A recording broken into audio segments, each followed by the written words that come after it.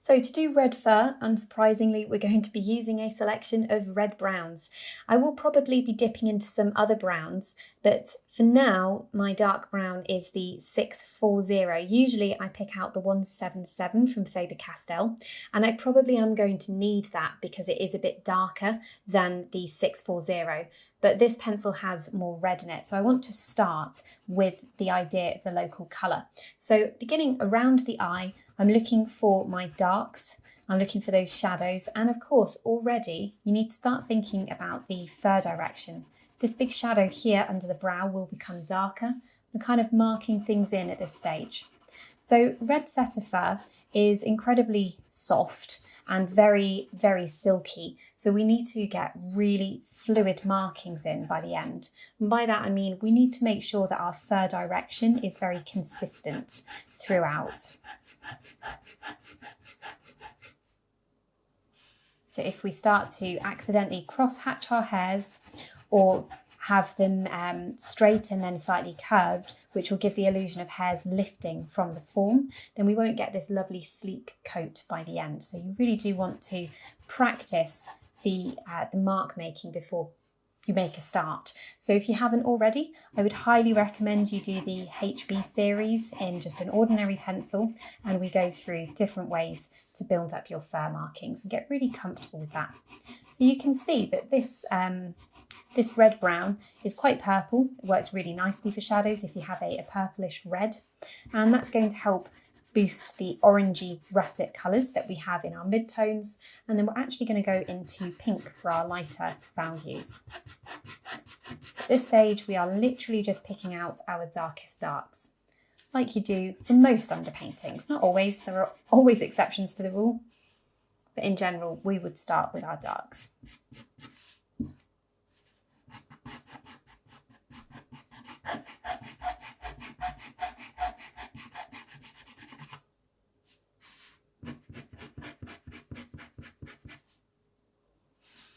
So, eye socket, it's very important that we create a convincing eye socket for the eye to sit into. We've got a lovely deep shadow down here.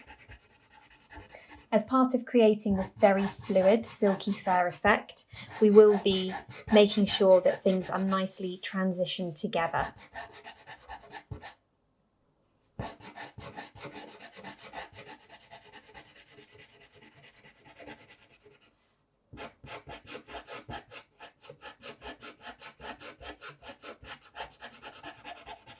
So I'm sweeping the pencil on and off the page.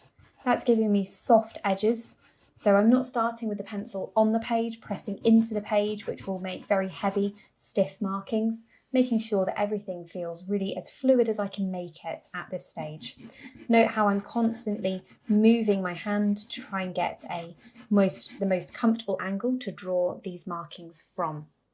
Okay, so with that dark red brown down, we've got quite a few. If I just show you a moment, we've got quite a few red browns from Stabilo Carbothello. I know these are going to be slightly out of focus, but these red browns, you can see the colour of them at the very least. They really work for the reference photo that we have. Now it can be sort of death by choice in that we have 5 here, and then we've also got some others from Faber Castell. You can see if I put them next to each other, I know again they're a bit out of focus, but the Faber Castell is more brown than red, but it is a favourite pencil of mine, and I am going to use this Faber Castell 283 because it's very red brown. So we've got this purple and now we've got this red brown. So the purple is helping to show where we've got darker values, and then the red brown is going to help, as I said, lift out these more russet tones. So what we're doing is we're creating a contrast, not so much by value, which is light and dark, because these are very similar to each other, but we're creating a contrast by colour instead. Now this underpainting isn't too thick with the 283. I want to make sure I've got tooth in the card to be able to get my lighter values to sit on top of it. And I'm probably going to mix something else into this. The underpainting is not complete yet.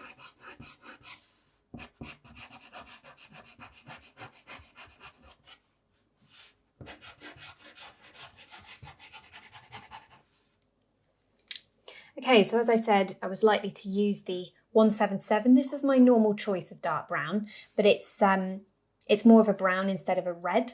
So I'm going to use this as this really dark brow up here. There's a really deep shadow, and it has pretty clean edges to this, which is going to help with this glossy effect of the fur. So I'm going to press quite hard, commit to the shape that I'm making.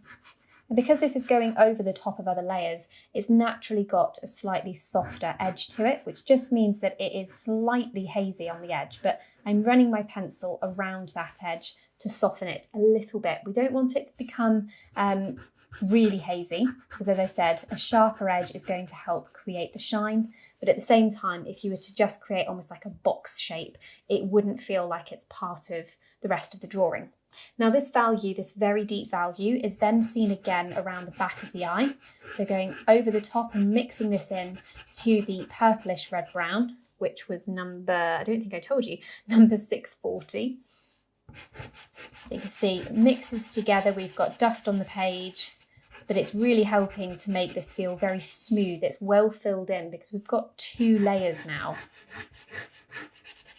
And that purple is just lifting this 177. It's just changing the colour of it a little bit in our favour.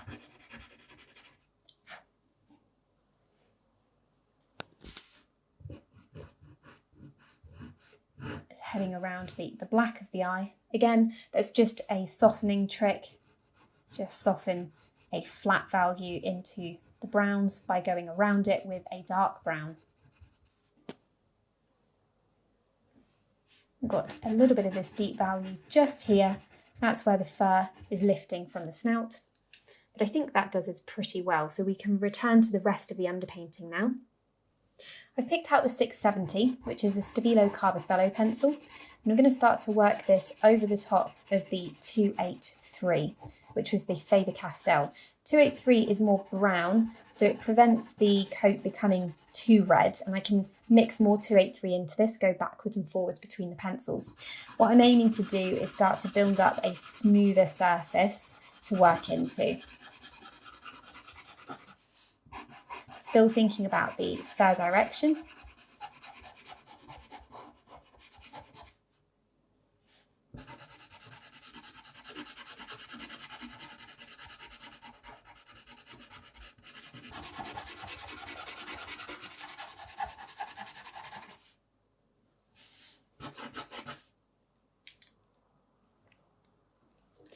.283 again, so this was the original pencil for these areas, which as you can see, it's more of a brown.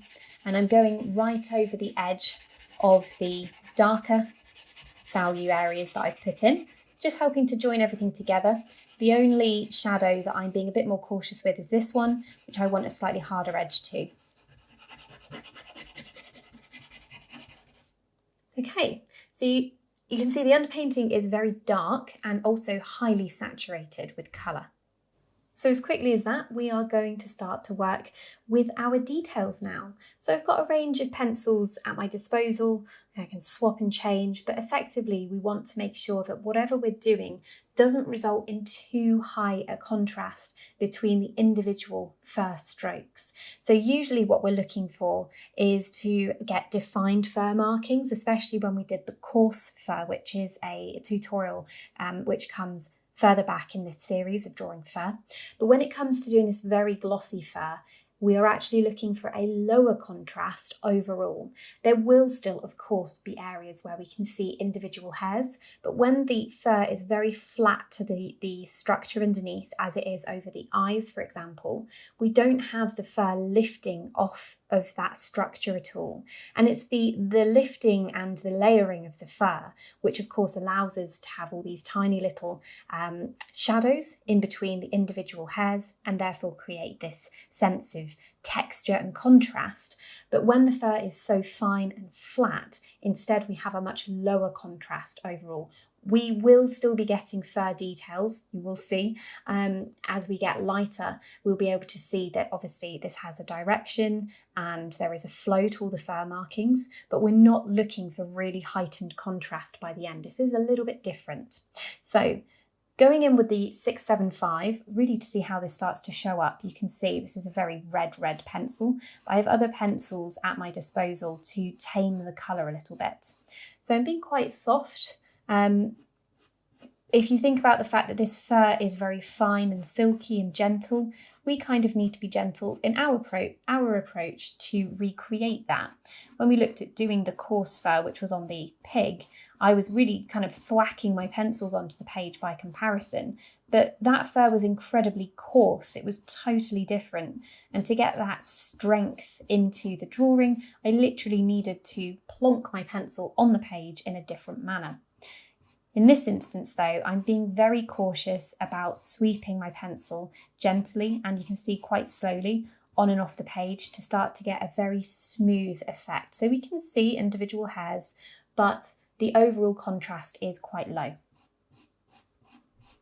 So not pressing too hard, that kind of allows the pencil to very naturally start to mix with the underpainting beneath it, again lessening the contrast a little bit. Just going to gently work over the edge of this shadow. As we come around to the left-hand side here, the shadow just gently tapers out.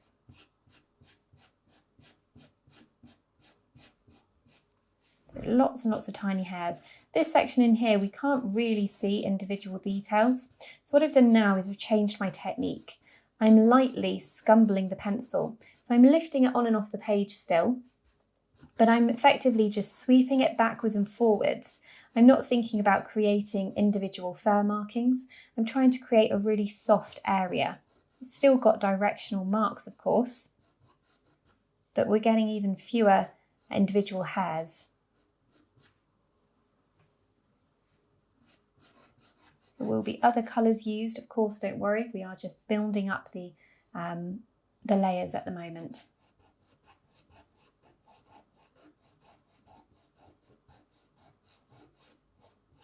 So you can see how much slower I'm drawing these. They are really quite delicate in comparison to stuff that we've been doing before.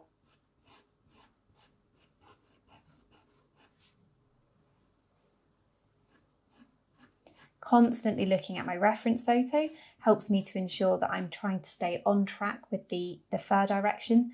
That is possibly more important now than it has been in any of the previous swatches of fur that we've made, because this really does want to feel silky and smooth by the end. So I'm really trying to think about making fur marks that are really flowing together.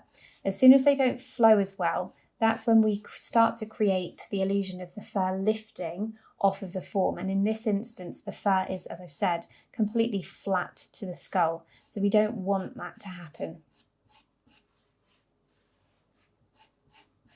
Super soft markings, be very light with your pencil.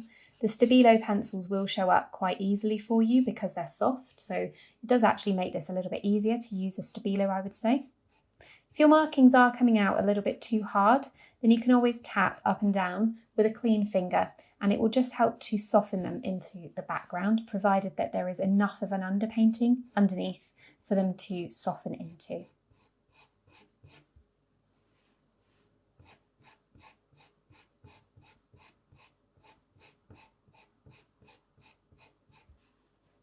We'll be getting much lighter over this section.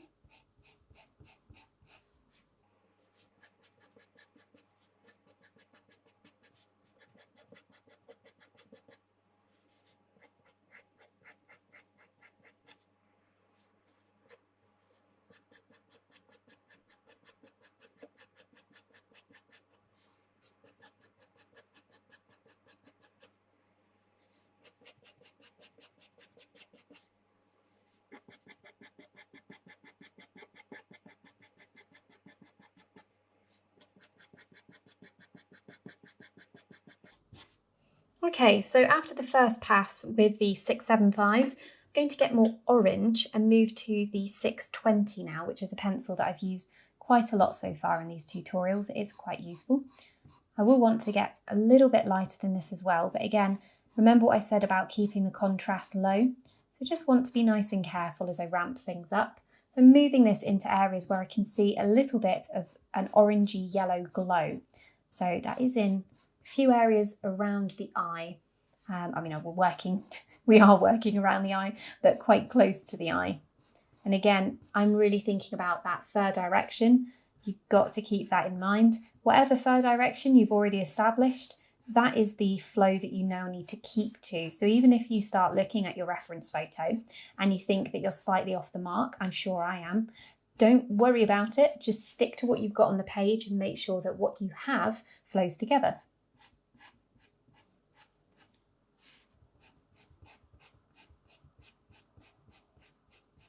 So here we have these markings just going over the edge and then disappearing into shadow, being again very, very soft with the pencil and just lifting it so that these marks can disappear into that deep shadow. Got some darker pencils that will need to be going into this section.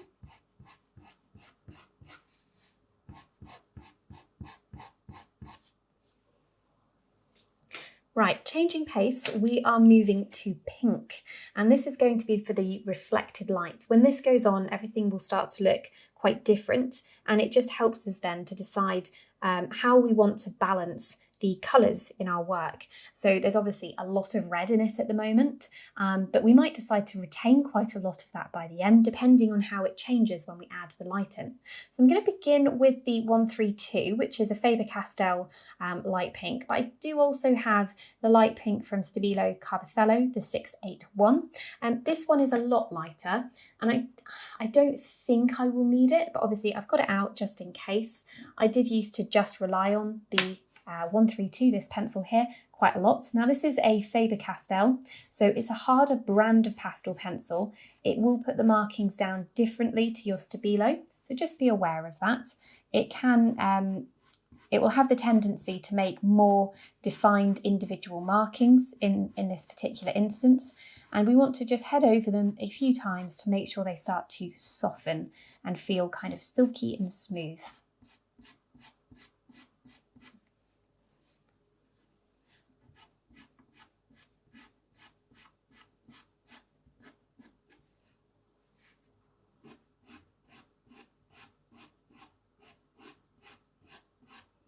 You see, again, I'm being quite slow for me and really sweeping that pencil, making sure that I'm trying to emulate the fur direction of whichever area I'm working in.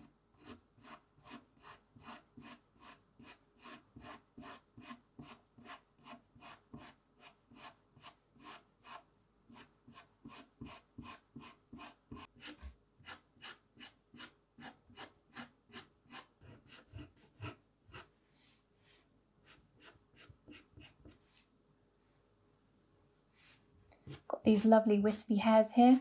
So these are hairs that are lifting off of the form. So these are pulling away from the face. These are probably I think the only hairs in this little section which behave in this way. Obviously, if we're doing more of the dog, you would have this effect happening around the muzzle and also on the ears as well. Okay, so now we'll start to establish the big area of reflected light underneath the eye, over the eye socket.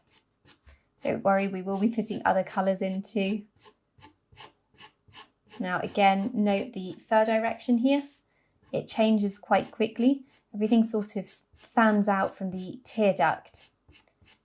So I'm still trying to follow whatever pattern I have already established, trying to keep it nice and fluid.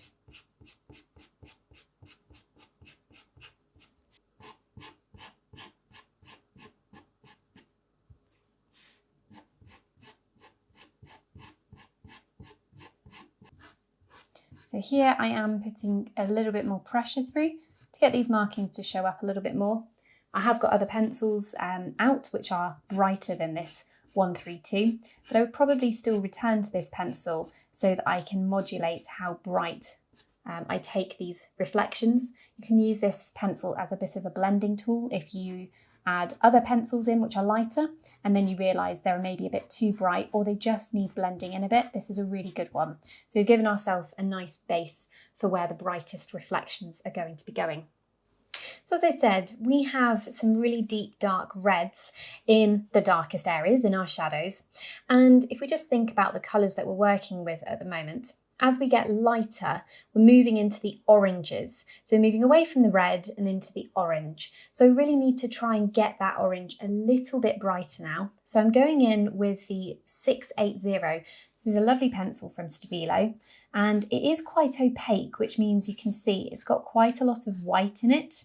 So we do need to be a little bit cautious with this, because what can happen if you put too much opacity down is it can make things feel quite milky. But I want to get a little bit of this in. See, it's lifting the value. And then we can go in with a punchier orange over the top. And this should just help to cushion that punchier orange. So I'm really just, again, like I said at the beginning, I'm thinking about how to manage contrast levels and making sure that hopefully things don't become too bold. Although the colours themselves are quite bold, this is very red. You can see that in contrast to, again, something like the pigs or the fox, the overall contrast is quite low. Very, very smooth.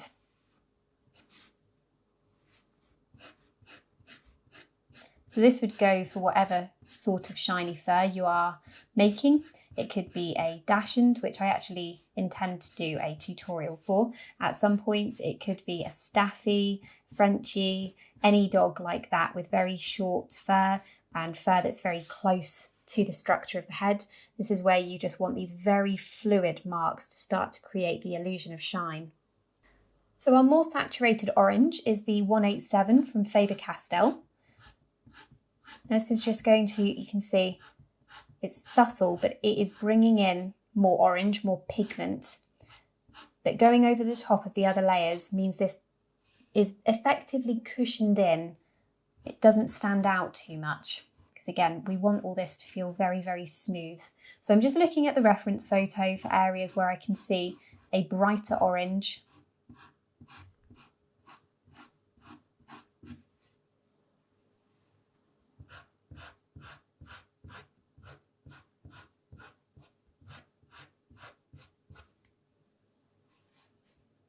I think there's a little bit just running along the edge of the eye socket down here.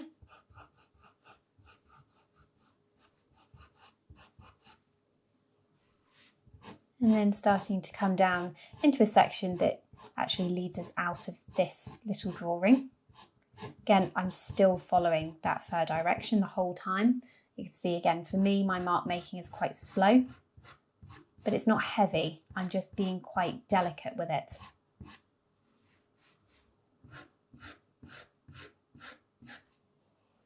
So let's begin working on the lightest lights. It might not come as a surprise, I'm using the 042 from Caran d'Ache. This is a really soft pencil, and because of that I need to be very, very light with my marks, because very easily this could become very thick and claggy on the page and start to ruin the shiny illusion that we are building up. So really do make sure that you are being very light if you're using this pencil and moving it around and twisting it just to try and keep it a little bit sharper. Now I have got an alternative to this. It's not perfect in terms of a colour match, but this is the Brunswick 16. I just do a few swipes with this. You can see it's a bit punchier in the colour, which actually, to be honest, it works quite nicely for this area, but it's a lot cheaper, this pencil. So if this is in budget, but the Caran d'Ache isn't, I would use the Brunswick 16.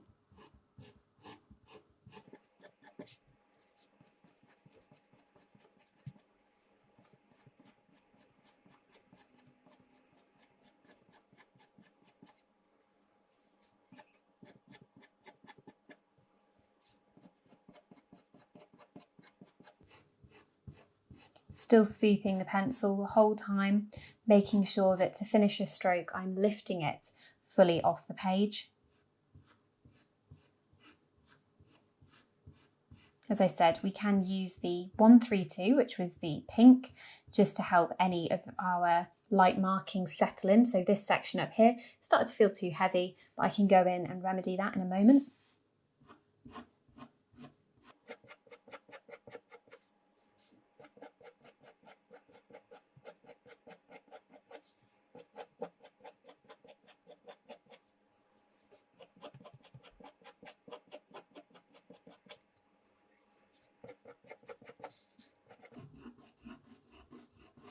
Just creating a very smooth shine up here where it's really just reflecting that light. It's just properly bouncing straight off the shine of the fur.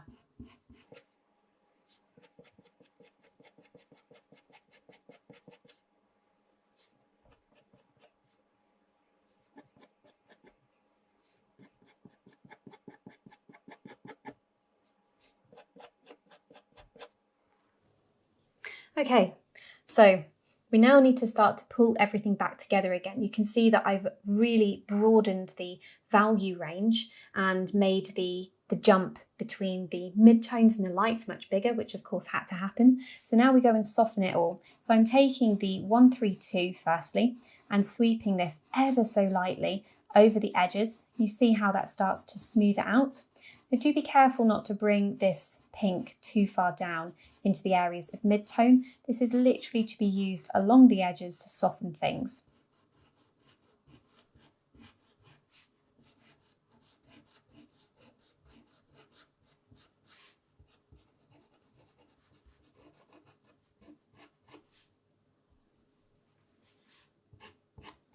I think those markings at the bottom work quite well as they are. And working back in with our darker values. So this is the first pencil we ever used, the 640, and I'm just going to again be quite light, sweep it on and off the page and just very, very softly re-establish some of the darks. So I'm also just going to soften this edge just a tiny little bit more. Just pulling some very small hair details out. See how that softens the shadow nicely. Likewise, just pull a few more down, joins this shadow into that which surrounds the eye. Basically glazing with this pencil. We will also be going back in and making some of the reds a little bit richer too. So as I often say, it's a backwards and forwards process to get to your end goal. But in this instance in particular, you do want to go very, very slowly. Just make sure that everything remains very smooth. It's quite like trying to keep everything neat and tidy as you go, which to be honest is not me at all. I'm usually in a state of disarray, but we need to make sure that everything just remains super smooth. So it's very light with that pencil. And now we want some of our reds. So we have the 670. And again, I'm sweeping this over the top, basically the areas we've just gone in, but over areas where we want a richness and intensity to the deeper values. So as I said, this works like glazing. I'm still following that fur direction though. So although I am almost scumbling the pencil over the top in that I'm not creating these very fine hairs that we have down here, by still following the fur direction, you can see we are retaining the idea of fur. So it's just so important. Care and attention really does have to be paid from start to finish to get good results. We want to make this back section here darker. So very, very lightly, I'm glazing over the top. And you can see it's warming it up and making it a richer, deeper red. But again, following that fur direction, lifting the pencil on and off the page.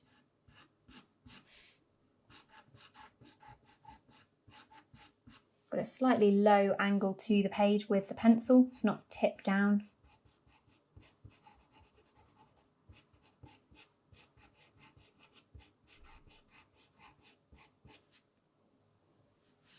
I want a little bit of orange woven into those edges, but potentially the 675. I'm just going back through all of the pencils that I've used. This might be light enough. So this is quite a punchy red. Well, it's a red-orange really, absolutely lovely colour. But again, it's a Stabilo, so just be aware that you really do need hardly any pressure for this to put pigment down on the page and show up. A little bit more colour just up near the eye.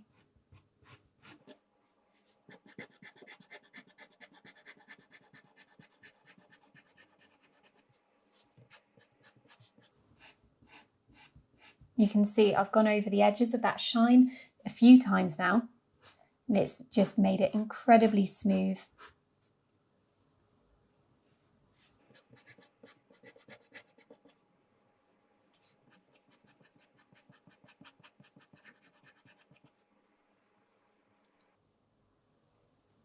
think a few more wispy hairs just poking up would be nice.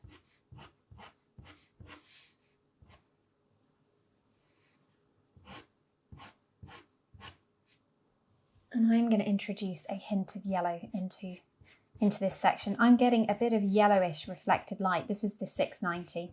I think that's why I'm seeing orange around the edges too.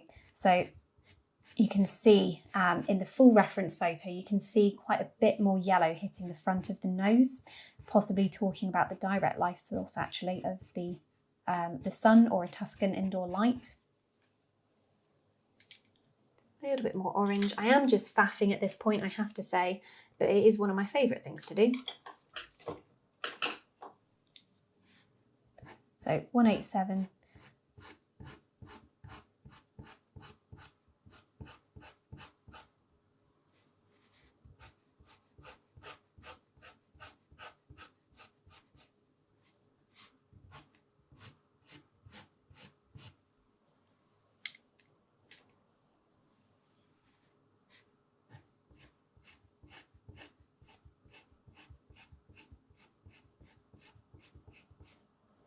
I'm just re-establishing the clean part of the shine, if you like, so the bit where we've got just this pencil, we've not got edge management to worry about. We're working inside the shape that's already been blended and controlled into the rest of the piece.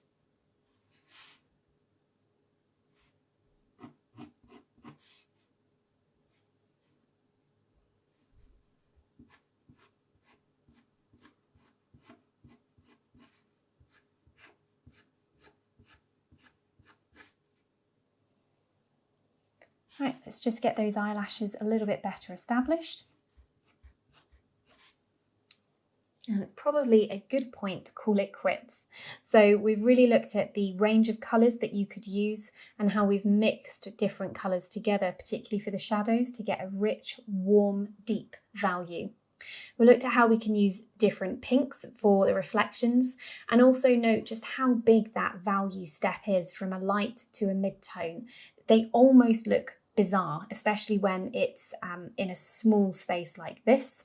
When it's done on a larger scale, you can then appreciate the shine much more easily, and I will have a photo on screen for you right now. This is quite an old pet portrait that I did, but using these exact same techniques, slightly different pencils at the time, to create the idea of red fur that's very smooth and silky. So really make sure that all of your marks flow together very nicely, and you build it up slowly in light layers to avoid any heavy markings.